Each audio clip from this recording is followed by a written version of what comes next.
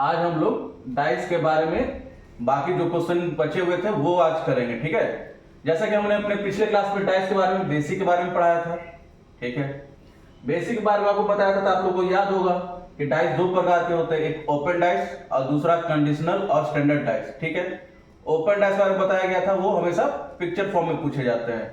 आज standard dice के बारे में बताया गया था कि वो हमेशा सम अपोजिट साथ होते हैं। और कंडीशनल डाइस के बारे में बताया गया था, लेकिन सबसे ज्यादा सवाल आपको कंडीशनल डाइस से ही आएंगे और पिक्चर फॉर्मेट से आएंगे, ठीक है। और सबसे इंपॉर्टेंट नोट बताया गया था कि दो एडजेसेंट फेस कभी भी अपोजिट नहीं रहेंगे, ठीक। सवाल को भी किया गया था। आज हम लोग बाकी कुछ सवालों को करेंगे जो पिछले कुछ सालों में पूछे गए हैं, और उसे कैसे हल किया जाता है वो भी देखते हैं। आइए देखते हैं सवालों को।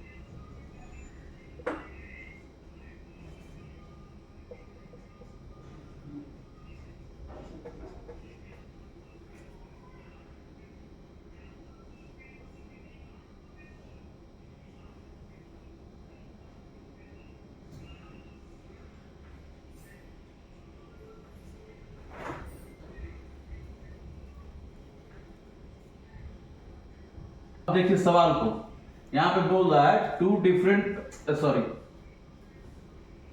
Different position of the same dice are shown, ठीक है। Then which letter is opposite of K. ये डायग्राम में पिक्चर फॉर्म वाला ओपन डाइस है, ठीक है। अब बताना है आपको के का अपोजिट कौन सा है। जब भी इस तरह से आए सवाल तो आपको क्या करना है, फर्स्ट का थर्ड अपोजिट होता है, सेकंड का फोर्थ, और इसका लेफ्ट साइड का राइट साइड या राइट साइड का लेफ्ट साइड, ठीक है। जब भी पिक्चर फॉर्म में आएगा फर्स्ट का थर्ड ये लिख लीजिए, सेकंड का फोर्थ, ठीक है।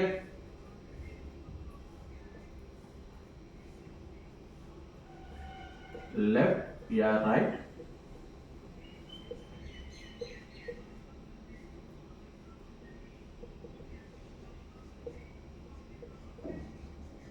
पहला का तीसरा, दूसरा का चौथा अपोजिट, और लेफ्ट या राइट यहां से भी हो सकता है, यहां से भी पूछा जा सकता है, इसलिए दोनों ही लिख दिए। लेफ्ट या राइट का अपोजिट हमेशा राइट और लेफ्ट होगा, लेफ्ट का अपोजिट राइट होता है, राइट का अपोजिट लेफ्ट होता है। बस सवाल पे ध्यान देना कि कहां से पूछ रहा है, ठीक है। अब आप देखिए पूछ रहा है which letter is opposite of के, तो के पहला पे, तो इसका अपोजिट क्या होता है, पहला का तीसरा, तो तीसरा पे कौन है, ए, यानी option A is the right answer, ठीक है। यानी के का अपोजिट ए होगा, ठीक है। ए इज द राइट आंसर, ठीक। अब आता है नेक्स्ट क्वेश्चन की ओर।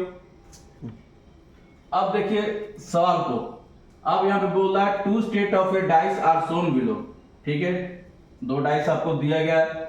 विच letter will appear on the face opposite to the letter B. कौन सा लेटर बी के अपोजिट होगा ये आपको बताना है।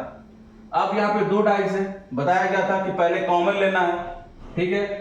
कॉमन देखिए दोनों में डाइस में कौन सा कॉमन है, कौन सा लेटर, तो कॉमन है आपका एन, ठीक है। कॉमन लेटर एन है, ठीक है। अब आते हैं मूवमेंट की ओर। मूवमेंट कैसे किया जाता है, क्लॉकवाइज यानी राइट हैंड साइड, ठीक है। पहला फिगर से एन, फिर बी, एस, एन कॉमन था तो एन तो एन ही पे जाएगा, ठीक है।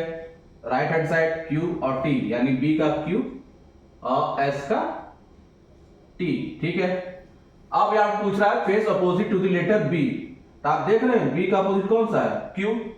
क्लियर है, यानी option A is the right answer.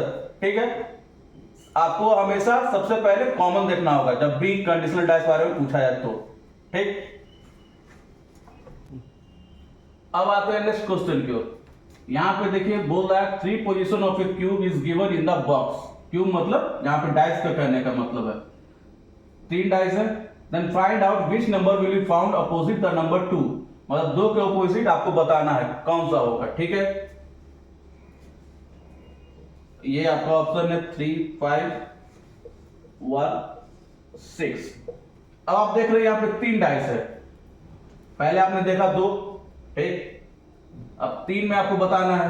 सबसे पहले कॉमन फॉर्मूला वही है, कॉमन देखना है, हमको 2 का निकालना है। ठीक है, तो यहां पहले देख लिए 2, बाकी किसी डाइस में 2 नहीं है, तो ये डाइस तो लेंगे ही लेंगे। अब देख रहे हैं कॉमन 4 इसमें भी है, 4 इसमें भी है। ठीक है, इसमें नहीं है, 1 इसमें है, 1 इसमें है। आप देख रहे हैं ये दोनों में 2-2 कॉमन है, 1 4 1 4। तो साधारण सी बात है, कुछ करने की जरूरत नहीं है, यानी 2 का अपोजिट 6 होगा। ठीक, ताकि लास्ट नंबर तो वही आपका बचा ना, तो इसलिए 2 का अपोजिट 6 हो गया, इसलिए option D is the right answer. ठीक है, इसी तरह से आपको कॉमन खोजना होगा। अगर एक कॉमन मिलता तो फिर वही राइट हैंड साइड मूवमेंट करते, जो जिसका आता वो आंसर हो जाता, लेकिन इसमें ज्यादा कुछ करने की जरूरत नहीं रहा, यानी दोनों कॉमन हमको मिल गए, तो बचा सिर्फ 6 और 2 का देना ही था, तो 2 का अपोजिट 6 हो गया। ठीक है, अब आते हैं नेक्स्ट क्वेश्चन की ओर। अब देखिए नेक्स्ट क्वेश्चन की ओर, यहां पे बोल रहा है study the following 4 digit position of a dice. 4 dice है, ठीक है, पोजीशन दिया हुआ है, whose faces are number from 1 to 6, 1 से 6 तक नंबर दिया गया है। आपको बताना है कि 3 के अपोजिट कौन सा नंबर होगा। ठीक है, आपके ऑप्शन है 5 4 2 6। अब आते हैं पहले कॉमन देखते हैं। ठीक, सबसे पहले देखना हमको क्या है कि 3 किस में है, क्योंकि उसी का अपोजिट जानना हमको। तो आप देख रहे 2 में, बाकी कहीं नहीं, यानी 2 तो हमको लेना ही लेना है। आप इसमें देखिए कॉमन कौन सा है, 5 6 5 6। ठीक है, कॉमन है दोनों, यानी 3 का अपोजिट क्या हुआ 4। पहले फिगर से भी आ रहा है आपका 4। ठीक है, यानी आपका 3 का अपोजिट आंसर क्या होगा, ऑप्शन 4, सॉरी ऑप्शन बी यानी 4। अब एक चेक करने के लिए आप दूसरे फिगर को भी ले सकते हैं, ये तो लेना ही लेना है। ठीक है, ये तो पहले फिगर से आया 3 5 6, यहां पे तो कॉमन आएगा नहीं, इसको तो लेना नहीं है। अब 4 6 1, ठीक है, यहां पे 6 6 कॉमन है, तो लिखते हैं पहले 3, पहले कॉमन लिखेंगे 6 5 3 6 1 4। पूछ रहा अपोजिट ऑफ 3, तो आप देख रहे हैं अपोजिट ऑफ 3 यहां भी 4 आ रहा है।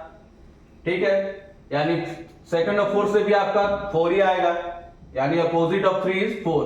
लेकिन इसलिए ये चुना गया कि इसमें 2 अपोजिट, आपको इतना लिखने का जरूरत भी नहीं पड़ेगा, सीधा आ गया 4। ठीक है,